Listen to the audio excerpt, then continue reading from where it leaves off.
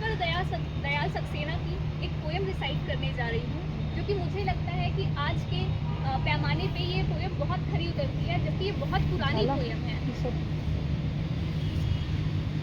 यदि तुम्हारे घर के एक कमरे में आग लगी हो, तो क्या तुम दूसरे कमरे में सो सकते हो? यदि तुम्हारे घर के कमरे में लाशें सड़ रही हो, तो क्या तुम दूसरे कमरे में प्रार्थना कर सकते हो? यदि हाँ, तो मुझे तुमसे कुछ नहीं कहना।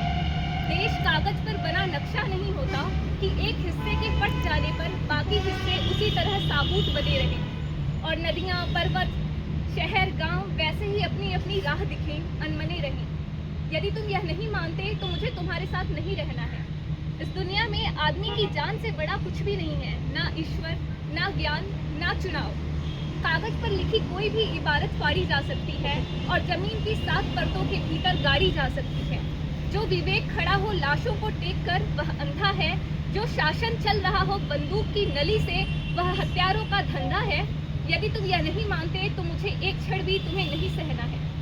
याद रखो, एक बच्चे की हत्या, एक औरत की मौत, एक आदमी का गोलियों से चिथड़ापन किसी शासन का ही नहीं, संपूर्ण राष्ट्र का है पतन।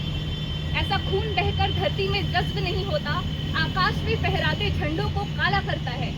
जिस धरती पर फौजी बूटों के निशान हो और उन पर लाशें गिर रही हो, वह धरती यदि तुम्हारे खून में आग बनकर नहीं दौड़ती तो समझ लो तुम बंजर हो गए हो। तुम्हें यहाँ सांस लेने तक का अधिकार नहीं है। तुम्हारे लिए नहीं रहा अब यह संसार। आखिरी बात बिल्कुल साफ, किसी हत्यारे को कभी मत करो माफ, चाहे वह तुम्हारा यार, धर्म का ठेकेदार, चाहे लोकतंत्र का स्वनाम धन्य पहरेदार।